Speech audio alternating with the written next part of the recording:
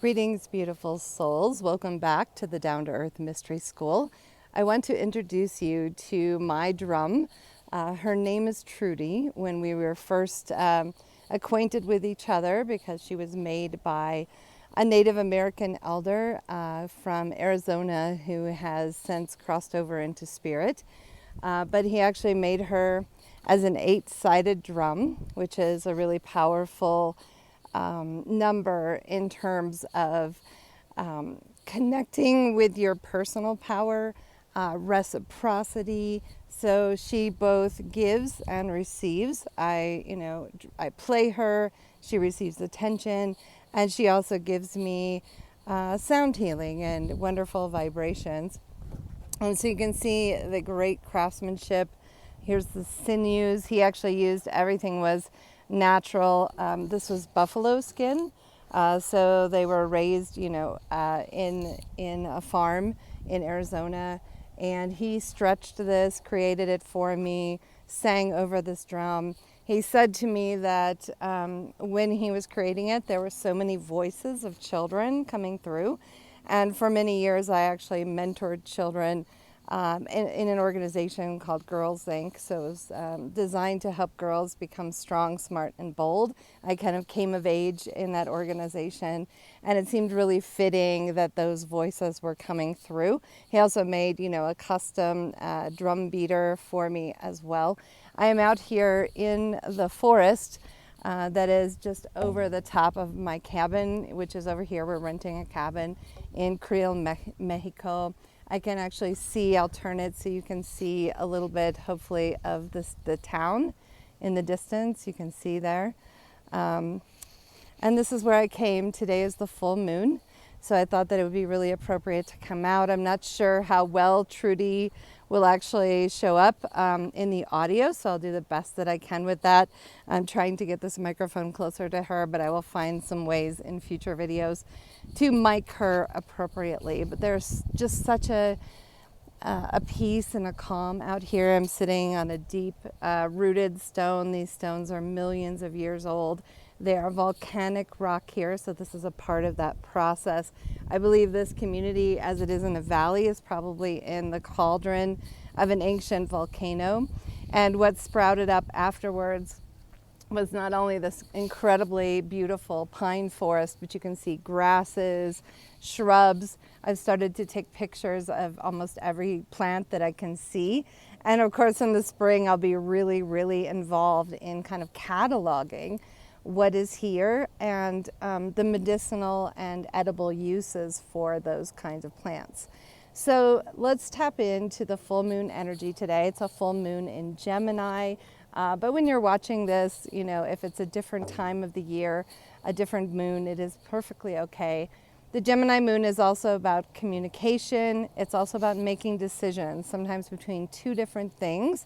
And when we have to make a decision about two different things, I often say, okay, instead of it being either this or that, what is the third option? Like, what else is possible when we start to look at and expand our mind and our consciousness? And so I have had one foot in my previous career, which was, mentoring empaths and highly sensitive people and intuitive people. And I know that I will continue to connect with that group. If that's you, welcome. And I have another foot in this world of herbalism, druidry, shamanism, land healing, land reclamation. And I moved here to this place because I needed to get back to the garden, as Joni Mitchell so eloquently sang. I needed to get out of the city and walk 15 minutes and be in a place like this, where I can feel the wind in my hair, the sun on my shoulders, and just really commune with all that is. The sky is so vast here. At night there's amazing stars. So I just wanted to come back here, and to me, this full moon in Gemini is me making a commitment to living close to the land and to doing this kind of work. And I don't know exactly where all of this will go and where this, channel will go, But I do know that this journey is really important for the rest of my life. This is a calling that I have yet to tap into. So when I was a child, I used to read, for example, the Clan of the Cave Bears series by Jean Auel. And if you have not read that, it's amazing. It's like a historical fiction, if you will, if that makes sense.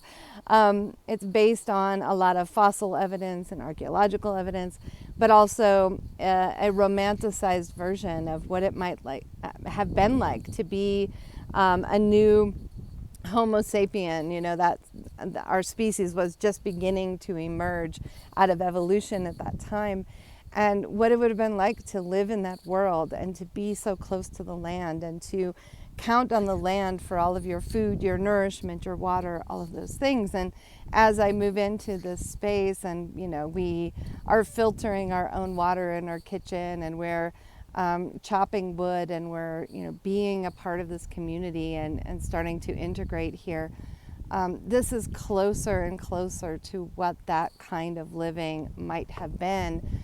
And there are still people here, indigenous people, the Raramuri, who do still live in caves, and they still harvest things off of the land. And so it's really important for us as humans to not forget where we came from, right?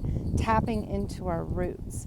And I've been reading the Neanderthal book because I have like 4% Neanderthal DNA, and learning that some of my really ancient ancestors were extremely resilient, very innovative in terms of tool making and culture and artifacts and burying their dead. And so Neanderthals weren't just like,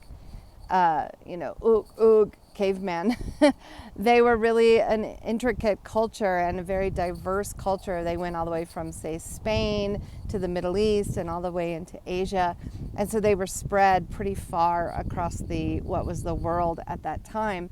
And I feel like there are many of them surrounding me, especially today. And so today is like the tipping point for me in moving really deeply into this new space. And if you have been kind of sitting on the fence and saying, yeah, I have one foot in this and another foot in that, whether it's a relationship, a career, a place that you live, maybe this is for you as well. Maybe this message will help you to say, I'm committing to myself, I'm committing to my future, I'm committing to a new kind of service, whatever that may be, a different way of relating. Maybe you're committing to being single, maybe you're committing to being in a long-term or even a marriage. Whatever you've been kind of on the fence about, this is for you today, my friends. On the full moon, we reach the apex, the completion of this cycle. And of course, the moon is about on a 28-day cycle. But our life cycles are longer than that. And then, of course, we have the life cycles of the earth, the life cycles of this stone that I'm sitting on, which are, billions of years old. And so we start to connect in with that ancient energy. Allow those ancestor spirits to surround us. Maybe we can see them, maybe we can feel them. And it's okay if you don't feel anything at all about that. Just open yourself to this possibility that you can be supported by those who came before. Sometimes they say we're standing on the shoulders of all the ones who have come before, and every choice that they made and everything they fought for. And here we are. We are a miracle. Just our beingness is a miracle. So let's see how Trudy sounds and what she wants to bring forward in today. And hopefully you'll be able to hear this. I'm sure it will not sound quite the same as it does for me. But I know that you will receive the energy that you need to receive from this drumming, from this sound healing, from this land that I'm sitting on, from this message. Let us begin.